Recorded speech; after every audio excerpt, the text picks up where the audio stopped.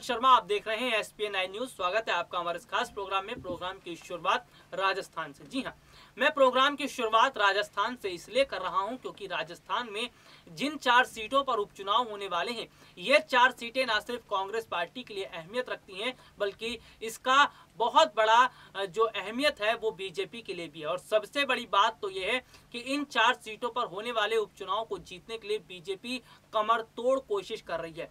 लेकिन सबसे बड़ी बात तो यह है कि इन 4 सीटों पर बीजेपी की जीत हो सकती है अगर पीएम मोदी यहां पर जो है रैली करते हैं। जी हां, अगर राजस्थान में पीएम मोदी रैली करते हैं और रैली के जरिए यहां के लोगों को संबोधित करते हैं और अपनी तरफ करने की कोशिश करते हैं, तो इसका बहुत बड़ा फायदा यहां पर मिल सकता है बीजेपी को। और वैसे भी आपको बता दूं कि बीते कुछ दिनों पहले पार्टी आलाकमान ने वसुंधरा राजे को दिल्ली बुलाया था और दिल्ली में उनसे मुलाकात की गई थी। यानी कि अब ये समझा जा रहा है कि पीएम मोदी का साथ वसुंधरा राजे को मिल रहा है और एक बार फिर से बीजेपी की स्थिति को राजस्थान में मजबूत करने की कोशिशें तेज कर दी गई हैं। यानी कि अगर समझा जाए तो यहाँ पर अगर देखा जाए तो ये 4 सीटें किस तरह से बीजेपी के लिए अहमियत रखती हैं, ये बात इसी बात से पता चल जाती है कि जिस तरह से पार्टी आलाकमान ने वसुंधरा राजे को बुलाया था दिल्ली में और उनके समर्थकों से भी मुलाकात की थी। तो अगर बात करूं तो जिस तरह से वसुंधरा राजे को पीएम मोदी का साथ मिल रहा है, पार्टी आलाकमान का साथ मिल रहा है, इससे वसुंधरा राजे और तेज गति से और अपनी ताकत को दुगनी करते हुए वो अगर राजस्थान के लोगों की बात करें, राजस्थान के वोटर्स को अपनी तरफ करने की कोशिश कर रहे हैं। और सबसे बड़ी बात देखिए, आपको मैं यहाँ पर बता देता हूँ कि राजस्थान में इस वक्त कांग्रेस की हालत फिलहाल खराब नजर आ रही है, क्योंकि जिस तरह से कांग्रेस पार्टी के अंदर लगातार हलचल मची हुई है और कांग्रेस पार्टी के अंदर जो भेदभाव देखने को मिल रहा है, इसका बहुत बड़ा फर्क कांग्रेस पार्टी पर पड़ेगा, इसका असर कांग्रेस पार्टी पर पड़ेगा और इसका जो बहुत बड़ा फायदा है वो बीजेपी के हाथ लगता हुआ नजर आ रहा है। अगर बात करूं इन 4 सीटों की, तो इन 4 सीटों में से कुछ सीटों पर सचिन पायलट की बहुत अच्छी पकड़ है। सचिन पायलट की पकड़ इसलिए अच्छी है क्योंकि सचिन पायलट जो है वो उनकी जो अच्छी पैठ है, उनकी जो अच्छी लोकप्रियता है वो ज्यादातर गुर्जर समुदाय में है और इनमें से ज्यादा सीटें गुर्जर समुदायों के उसमें आती हैं, यानी कि उनका प्रभाव है इन सीटों पर। तो ऐसे में सचिन पायलट के बिना अशोक गहलोत ये सीटें नहीं जीत सकते और वसुंधरा राजे का सीधा सीधा फोकस अब गुर्जर समुदायों पर है। वसुंधरा राजे ये कोशिश कर रही हैं कि जो वहां के राजस्थान के गुर्जर समुदाय के लोग हैं उनको अपनी तरफ दोबारा किया जाए। हालांकि अगर मैं बात करूं तो वसुंधरा राजे ने एक रैली के दौरान अपने भाषण में ये भी कहा था कि उनकी बहू वो खुद गुर्जर समुदाय से आती हैं, इसलिए गुर्जर समुदाय के लोगों को भी उनके साथ आना चाहिए। तो ये देखिए यहाँ पर जो खेल चल रहा है राजस्थान में, वो ज्यादातर खेल जो चल रहा है, सबसे बड़ा वोट बैंक गुर्जर समुदाय है और गुर्जर समुदायों में बहुत अच्छी लोकप्रियता सचिन पायलट की है और ये समुदाय के लोग सचिन पायलट को एक अच्छा नेता भी मानते हैं और उनके साथ हमेशा खड़े रहते हैं। अब बात करूं वसुंधरा राजे की, तो वसुंधरा राजे भी इन वोटर्स को अपनी तरफ करने की कोशिश कर रही हैं। तो कुल मिलाकर अगर देखा जाए तो न सिर्फ कांग्रेस जो है इस उपचुनाव को जीतने के लिए काफी जो है ललायित है, बल्कि बीजेपी भी इस चुनाव को जीतने के लिए बहुत ज्यादा एग्रेसिव नजर आ रही है। हालांकि अगर बात की जाए तो फिलहाल वसुंधरा राजे हैं, उन्होंने मोर्चा संभाला है और वसुंधरा राजे ने इसलिए भी मोर्चा संभाला है क्योंकि राजस्थान की पूर्व मुख्यमंत्री रह चुकी हैं। तो जाहिर सी बात है, राजस्थान की पूर्व मुख्यमंत्री रह चुकी हैं और राजस्थान में उनकी ही चलती है। तो यहाँ पर वसुंधरा राजे ने इसीलिए मोर्चा संभाला है क्योंकि पार्टी की जिम्मेदारी उनके ऊपर है। हालांकि अगर मैं बात करूं तो वसुंधरा राजे ने अभी थोड़ी बहुत ही मुलाकात की है वोटर से और ऐसे में देखने को मिल रहा है कि वसुंधरा राजे के अलावा बीजेपी के अन्य नेता भी जो हैं वो इन 4 सीटों पर जो उपचुनाव होने वाले हैं राजस्थान में, यहाँ के वोटर्स को अपनी तरफ करने की कोशिश करेंगे।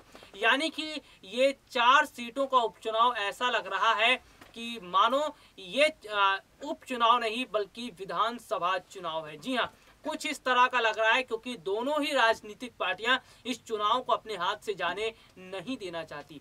दोनों ही राजनीतिक पार्टियां इस उपचुनाव में जीत हासिल करना चाहती हैं। ऐसे में वसुंधरा राजे को जिस तरह से पार्टी आलाकमान, बीजेपी आलाकमान का साथ मिला है और पार्टी आलाकमान ने वसुंधरा के समर्थकों से भी मुलाकात की थी, जेपी नड्डा की मैं यहाँ बात कर रहा हूँ, जेपी नड्डा ने मुलाकात की थी बीते कुछ दिनों पहले, तो ये सारी चीजें यहाँ पर नजर आती हैं कि किस तरह से वसुंधरा राजे और उनके समर्थकों की जो है बिल्कुल यहाँ पर पार्टी आलाकमान से बनी हुई है और बिल्कुल संपर्क में है वसुंधरा राजे और पार्टी आलाकमान के लोग एक दूसरे से। तो वसुंधरा राजे जो भी रणनीतियां बना रही हैं, जो भी काम कर रही हैं, उसकी जानकारी बाकायदा पार्टी आलाकमान को दी जा रही है और पार्टी आलाकमान भी उस हिसाब से रणनीतियां बना रहे हैं। अब ऐसे में आगे देखना यह होगा कि जिस तरह से अगर बात की जाए तो बीजेपी ने जिस तरह से बंगाल चुनाव से पहले अपने स्टार प्रचारकों की लिस्ट जो जारी की है, तो क्या राजस्थान में जो उपचुनाव होने वाले हैं वहां पर भी अपने स्टार प्रचारकों को बीजेपी भेजेगी? अगर इन उपचुनाव से पहले बीजेपी अपने स्टार प्रचारक को भेजती है वहां पर, तो ऐसे में बहुत बड़ा फायदा बीजेपी को मिल सकता है।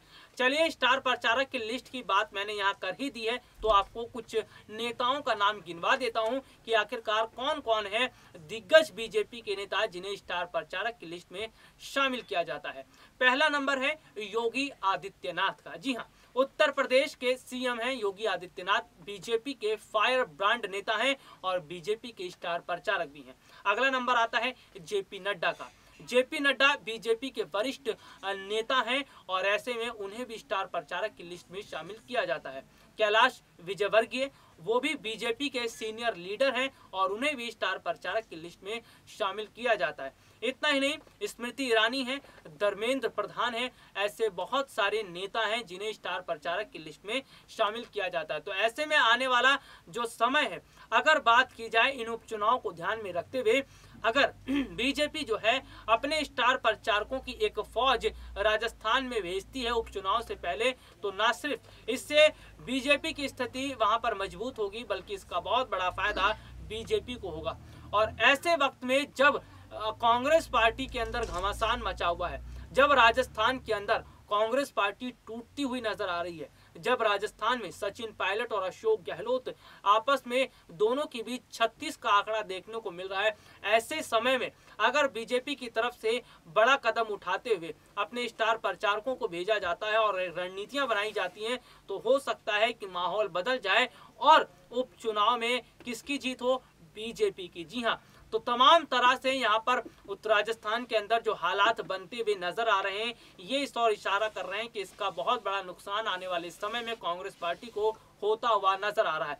अगर अशोक गहलोत और सचिन पायलट के बीच जो 36 का आंकड़ा है, ये कम नहीं हुआ और अशोक गहलोत ने सचिन पायलट के साथ मिलकर उपचुनाव जीतने की रणनीति नहीं बनाई, तो वाकई में माहौल बदलेगा और माहौल बदलेगा तो कांग्रेस को नुकसान होगा और कांग्रेस को नुकसान होगा यानी कि राजस्थान के अंदर अशोक गहलोत को नुकसान होगा। तो यहाँ पर इस तरह की रणनीतियां बनते, जो हालात हैं वो तो बन ही रहे हैं, लेकिन अगर मैं बात करूं नुकसान अगर कांग्रेस को हो रहा है, अशोक गहलोत को हो रहा है, तो ये नहीं कि सचिन पायलट को नुकसान नहीं हुआ।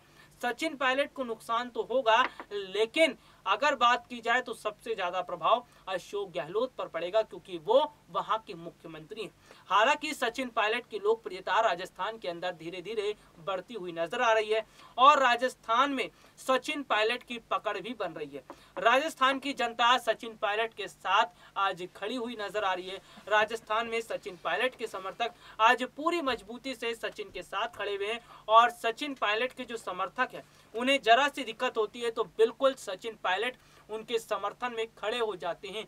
तो ये देखने को मिल रहा है कि राजस्थान में सचिन पायलट और उनके समर्थकों की स्थिति किस तरह से है और सचिन पायलट और उनके समर्थक लगातार जुड़ रहे हैं राजस्थान की जनता से। यानी कि राजस्थान में जो खिचड़ी पक रही है, उस खिचड़ी को अगर बात की जाए तो वो आधी कच्ची है और आधी पकी हुई है। यानी कि वो खिचड़ी इस तरह से बन चुकी है, ना वो खाई जा सकती है और ना उसको दोबारा बनाया जा सकता है। तो यही स्थिति राजस्थान के अंदर चल रही है। कांग्रेस पार्टी में जो स्थिति खराब हुई है वो ना तो सही होती हुई नजर आ रही है और ना उसको सही किया जा रहा है। रहा है। तो हालात इस तरह से रहें तो कांग्रेस पार्टी के लिए मुश्किलें राजस्थान में खड़ी तो होंगी ही, लेकिन अगर बात की जाए तो राजस्थान में अगर कांग्रेस पार्टी चली गई, वहां से सुपड़ा साफ हुआ, तो अब देखना यह होगा कि किस तरह से मुश्किलें फिर से कांग्रेस के लिए खड़ी होंगी। फिलहाल के लिए आज मुझे इजाजत दीजिए, नमस्कार।